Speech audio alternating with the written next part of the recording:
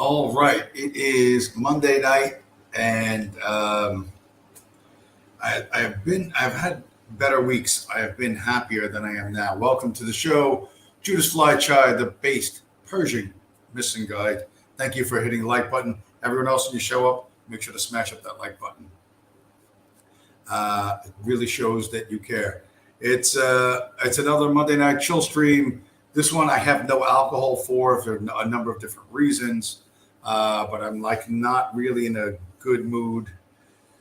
Um, I had car trouble, stuff that I had fixed turned out not to be fixed, and I thought, well, I'll buy some car parts and I'll replace it. And I didn't work this weekend, because there's a really loud grinding noise when I drive my car. That's what it is. I just didn't want to be bothered. So when they called me up, I'm like, listen, if I don't have to like drive anywhere really far and like make some money, I don't want to do local stuff and just piss myself off all weekend. So they're like, yeah, fine, whatever. So Saturday no work, Sunday no work. Although Sunday night I went out, I took a walk to look a local Irish brew, Irish pub, and I hung out in the pub for a little bit and I had some Guinness and I had a glass of whiskey and I watched boxing and whatever. It was a night out, and I got to walk home. So like no worries about DWI or anything like that. It's a walk area, and but my hope was that everything was going to get fixed today, right? Everything. Let's go back to work. Everything is going to go back to normal. What I thought was wrong. So my guy, and here's the thing: there was only one part of these left, one axle bearing left, and I looked in two states. I looked in New Jersey and in New York, and I managed to buy the last one. So P.S. my guy puts it in, and everything goes fine, except the problem is both bearings were bad. So I still have this grinding noise. It's just half as loud, but I didn't fix the problem, and they're not going to have parts in until Thursday, which I've already prepaid to get. Like the first one off the truck comes to me, but then my mechanic is going on vacation to the Dominican Republic, so I'm going to have to live with a loud grinding noise 10 or 12 hours a day while I work for about a week or so, maybe longer. And I'm just really not, really not looking forward to that. Cheap Chinese auto parts that, the original bearings in the car lasted from 2006 to 2021, like 15 years. And the ones that I just had put in didn't last 15 weeks. So not super happy. Judas Flychai, based Persian Michelin guy. When am I getting married? When I can find a woman that I don't actually hate. I don't think I've met terribly many good women in my life. I met some really attractive ones, and we've had a lot of fun together. But there's nobody like I. I don't want to go to sleep next to someone thinking, "What is this crazy bitch scheming about?" Like how, like when you have to wake up and think, "Oh, what's she trying to get me to do that I don't want to do right now?" Like you know what I mean? Like, and I just don't want to fight. I'm just like the whole idea of like fighting when you're home. I don't want to fight. I just have no interest in it. So as much as it sucks to be alone, it's great not having a fucking second guess or third guess everything you do or say and blah blah blah blah and all that sort of bullshit. Most women are not very good people. I mean, they may be very attractive, but they're just not very good people in a bunch of different ways. And I know they're not going to have there's no way I'm going to be able to talk to them, right? What am I going to talk to them about? Fucking shoe sales. So that doesn't look really like that's going to happen anytime soon. But I don't know. You never know. It's not. I wouldn't close the door entirely, but I cannot find any women that are like marriage material, and everybody knows that. Like everybody knows, 7 out of 10 marriages in the West. That's the United States and Western Europe and Australia. 50% end in divorce, and 7 out of 10. 7 of those are instigated by the female that we know of. So women break up families all the time. It's a flex. It's a power thing. It ends up, the kids end up being vulnerable. They end up more likely to drop out of school, more likely to take drugs, more likely to have premarital sex, and it's like, you know, a big part of the problem, of course, is that there's an incentive to break the marriage contract. The marriage contract is the only contract in the Western world where the person who breaks the contract is rewarded. You know what I mean? Usually, when you break a contract, you're punished, but not for marriage. You know what I mean? Woman gets married, she gets to keep the house. The guy gets kicked out. She gets half his paycheck. She gets the kids. Blah, blah, blah, blah, blah, blah. All these very real world benefits go to her, and you know, the guy's SOL. Judith Fletch, hi, I'm putting you off marriage. Marriage is not as easy as people make it out to be. Although you, sir, are you know, you are a chosen one. The Kabbalah says you are a king. So you should explain to these. You should explain to these. You know, these female Israelites that you as kings. You know, and she has to treat you appropriately. You know, and I'm sure she will. I'm sure she will see it your way. Or not. I don't know. Depends on how much you have to lose. Best thing to do: get married in Virginia, because Virginia is not a community property state. So if you break up afterwards, you can divorce. You can set up any divorce anywhere you want. But if you get married in California or New York or these other states, everything's community property, and she gets half. In Virginia, you can arrange things to your benefit. That is my best advice, sir. But yeah, you got to find somebody that you know, you don't have to worry constantly, like, what is she trying to get me into that I don't want to do? You know, and that's just the reality. That's the reality. She should be happy with kids and food and social calendar and not much else. But if she's ambitious, you're going to be tortured. You are going to be tortured. You'll never make enough money. You'll never be good enough. Blah blah blah blah blah blah blah. And who fucking needs that when you get home? Like, it sucks coming home to nothing, but it doesn't suck as bad as coming home to criticism. You know what I mean? Like, that nothing nice is said to you when you walk through the door. Why are you going to walk through the fucking door? You know, like, why go through that door? You know, night after night after night after night. Just don't do it. That's why dudes don't do it. And these fucking women end up drinking boxed wine and adopting 52 stray cats. So it's time to go around the Twitterverse. I have to look at which thing I want to.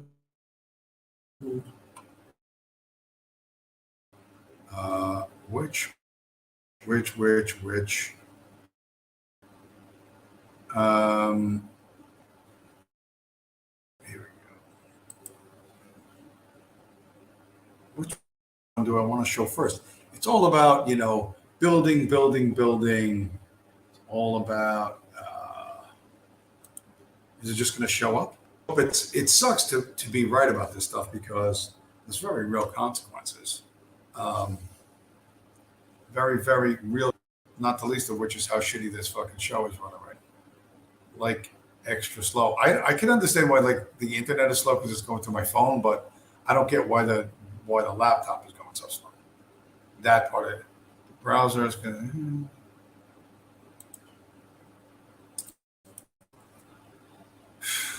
if at first you don't succeed. Oh, don't do that. Don't do that. You snuck ahead of the program. You must not get ahead of the program. We must go at the correct speed in order to get the message across. Which at this point in the show is like walking, which is pretty quiet. But you know, I talked about people going to try and overthrow the government, people getting out of line, all sorts of shenanigans. And here we go, Panama. Mass demonstrations underway as citizens rise up against the government over high inflation, which increased the cost of food, fuel, and basic services. Panama is on the verge of collapsing from 17 July 22, just from the other day. So, all over the world, when you make it impossible to live, people will go out in the streets and they'll start smashing shit and destroying shit and looking to overthrow the government because you went out of your way to fuck with people that did nothing to you and were just trying to live their lives. And so what we have today, like basically, there's two paper tigers, right? You got the United States and Russia. So Russia, and I was just going to show this. Might as well show it. This is their biggest blunder. Russia has never been super smart, despite what anyone thinks. Russia is not that fucking smart, and they're proving it. They prove it all the time. Why people make the same historical blunders again and again? Because they have the same interests again and again. Very recently, just the other day, Vladimir Putin announced that Bitcoin and other cryptocurrencies will not be used as legal tender in Russia. Russia will not be adopting crypto as legal tender. But what he says here is that they ban crypto payments, but admit that they can't do anything to stop Bitcoin. So, this is a big mistake on their part. Essentially, what you got is a war between green paper dollars in the U.S. and red rubles in Russia. You know what I mean? So two paper tigers, right? They're roaring at each other. They're battling for global dominance. Russia thinks, well, we have oil and we have fertilizer and we can use that to make everyone use our paper receipts, rubles. And America's like, well, we got high tech, and that's why everyone's deeply invested in us anyway. So we'll get people to use dollars, and so they're going to battle it out. But at the end of the day, it's two different mafia clans, two different ends of the kosher sandwich, battling for supremacy, and everyone else is going to be a loser, and ultimately they're going to lose as well. So where's my man? Leroy. I didn't even show so much stuff. So much. Oh, yeah, here. This one's good enough. This is as good as any. This is a quote from a guy named, what's the guy's name? Chaim Weizmann. A quote from the 1930s. 1939, a magic year for Jews. For Jews in the West, it is always 1939. This newspaper article, the Substack, which is like a blog. It's like a blog for really smart people. The Substack that goes with it is there. And what does Mr. Chaim Weizmann say? The powerful banking interests which rule the American government are also the power which governs Russia. Everybody really knows this. So to think that Russia and America are fighting with each other, it's an argument amongst family members. It's an argument, amongst the ruling class of Jews. It has nothing to do. These aren't two nation states. It's two different wings of an organized crime family, battling for dominance. And the only good that can come of it is that they both wipe each other out, which I don't think they'll really do. I think Bitcoin will wipe both of them out, but they won't see it coming. And the reason why is because very quietly, Bitcoin has been making, well, not really that quietly, not if you follow Bitcoin, but bigger strides in this world than you think. This one I particularly like because it shows that it's not just crazy dudes in their one-bedroom apartments in New Jersey who think that Bitcoin is money. It's also our friends at the Cleveland Federal Reserve Bank. I circled the the important part of the tweet, which is Federal Reserve Bank of Cleveland working paper series, the Lightning Network, turning Bitcoin into money by Anatha, there was something, and some guy with a Jewish name, working paper 22-19, June 2022. So just a little over a month ago. What this is talking about is there's a way to send Bitcoin that is super fast. Super fast. And it's basically like, it's as fast as anything else, as fast as any other transfer method. And now Bitcoin is becoming money.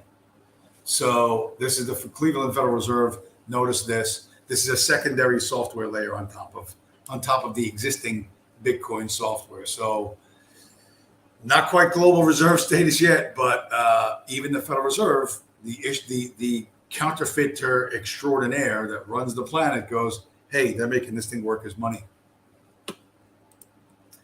And they wrote a little work paper on it. However, what else do we have? There's Abraham Lincoln was talking about money, and this was as good as anything. A lot of people like to choose sides because everybody keeps thinking that your group of shitty ideas are better than the other guy's group of shitty ideas. But the truth is, and welcome to the show, Picker, by the way, they're just crazy. You know, every government's going to fold when people can't get food and energy, and they cannot live in the way that they've grown accustomed to living. And that's all due to elite malfeasance, either through incompetence or whatever, but nobody cares. When you're starving, nobody cares if you did it deliberately or if you're just a stupid fuck up. They're going to take out their unhappiness with you. There's a quote by Abraham Lincoln. Money power preys on the nation in times of peace. It is more despotic than monarchy, more insolent than autocracy, more selfish than bureaucracy. It denounces as public enemies all who question its methods or throw light upon its crimes. And of course, it's a Bitcoin meme. You got Lincoln in front of the tent with the soldiers, and he's got laser eyes. So Lincoln as a Bitcoiner, but which we know Abraham Lincoln was not a Bitcoiner. But if Abraham Lincoln was talking that way about money and banking back in the 1860s, you might rethink why he got shot in the head. You might rethink why John Wilkes Booth snuck up behind him and put a pill in the back of his head. You know what I mean? Maybe it wasn't quite slavery. You know what I mean? Maybe slavery did motivate John Wilkes Booth. Maybe John Wilkes Booth was a hired hitter. You know what I mean? Because they tried to kill what's his name, Andrew Jackson as well, and I think Thomas Jefferson. So the idea that the money men will not send assassins to kill you is if you threaten their income stream is very naive. So you might want to look at the Lincoln assassination not through a political lens, but look at it through a financial lens, and it might look very, very different, and it'll make a lot more sense. Make a lot more sense because everyone's saying, well, but Lincoln wanted to repatriate the African slaves and send them back to Africa, and why couldn't he do this? Blah, blah, blah, blah, blah, blah, blah. Because the people that shot him were the money men. You know what I mean? They wanted to establish a central bank. You know what I mean? Lincoln stood in their way, obviously. So Lincoln's got to go. You know, this is probably a much more common pattern than most people would like to admit, because you have this attraction to complex theories and all this high IQ complexity when it's really much, much, much simpler. It's much simpler. But if you look at it in a simple fashion, then the world becomes very, very different, and you have to do stuff instead of just endlessly argue about obscure complexities and nuances, right? And that's fun to do because basically there's nothing you have to do about it, because there's always another super important conversation and another book you have to read and another viewpoint you have to battle. And it's all bullshit. It's all bullshit. You got to get to work. You have to start seriously thinking about how you're going to save yourself from these lunatics who are going to take these green paper receipts we call money and drive them to zero value. So what do we got? This is a tweet from 3 days ago, July 15th, 2022. The Pelosi's, meaning Nancy Pelosi and her husband, have 20,000 shares of NVIDIA worth millions of dollars after yesterday's stock disclosures. Yesterday, Nancy Pelosi came out in favor of finalizing the CHIPS Plus bill, a comprehensive semiconductor bill for $52 billion. So $52 billion of my tax dollars are being given to Intel and NVIDIA and these other high-tech companies to make them competitive and to make them to make sure the 21st century is an American 21st century. This is how we're going to battle those evil Russians by making our own computer chips, and we're going to, do something to mean to Vladimir Putin. But it's all a show. It's all a puppet show, and if you fall for it, you're going to waste a lot of time and money. Doing that you'll never get back. All right. So this is a guy named Dan Price talks about how corporate welfare works. The semiconductor industry, that's Intel and NVIDIA, got $9.5 billion in taxpayer subsidies over 20 years. Then it offshored 150,000 jobs. Last year, it made $70 billion in profits, but it tells Congress it's struggling. So the government is giving it a $50 billion bailout. That's how it works. And Nancy Pelosi buys up the stock options on NVIDIA, knowing that they're going to get a big chunk of that $50 billion. So the stock price is going to pump, even though the market had a bad day today. But that's how it works. The welfare queens of the ghetto are horrible people. You know what I mean? And the welfare queens of Washington, D.C., with the corporations, are just as horrible. You know what I mean? You have to stop pretending that there's a moral difference between them, because it's just a difference in scale. That's all it is. It's really just a difference in scale. And you will not protect yourself, and Rice and Beans Hitler is not going to come protect you from these fucking people. You know what I mean? You could pray for Rice and Beans Hitler to come fucking save you all day long. But that's not going to happen, because until you fix the money, you're not going to fix the fucking world. All right? That's the Bitcoin mantra: fix the money, fix the world. And fixing it means making it better. It doesn't mean making it perfect, but it means making it better. Just like fixing my car means making it better. You know what I mean? It's never going to be perfect, but it's going to get better, right? Or you could believe in shit like this, like what's her name? Here's what's her name? Lagarde, Christine Lagarde, the French. She's in France, but she used to work for the Fed. She worked for like the Fed in Louisiana.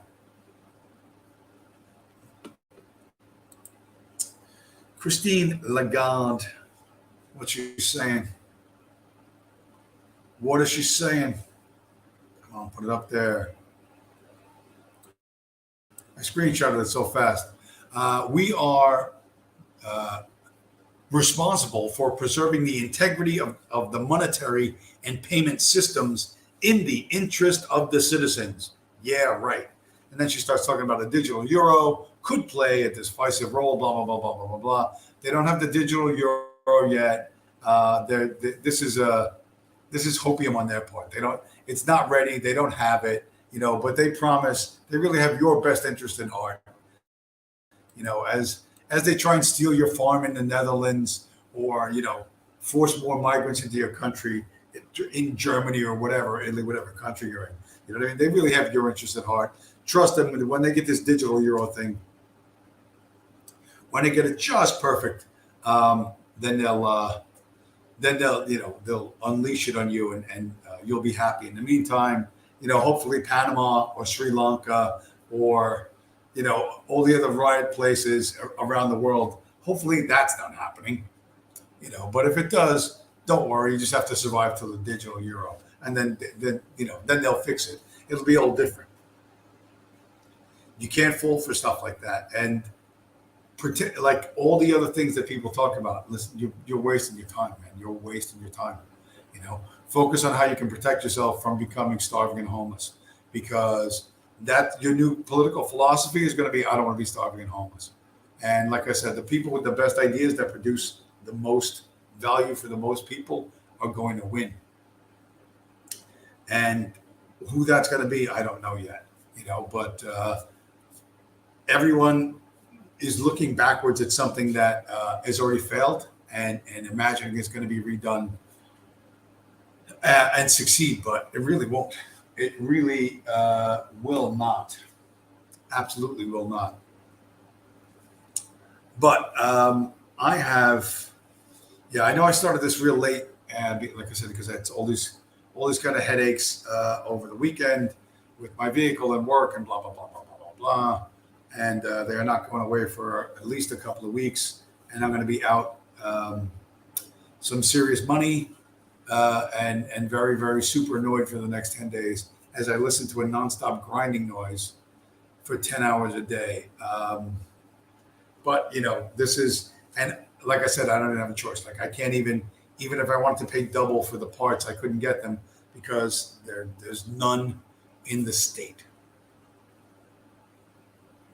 You're gonna have to get used to not living a first world life anymore. Living a second world or third world problems are going to become more and more real. So, and you'll have to manage those. You know what I mean? But until that happens, save what you have.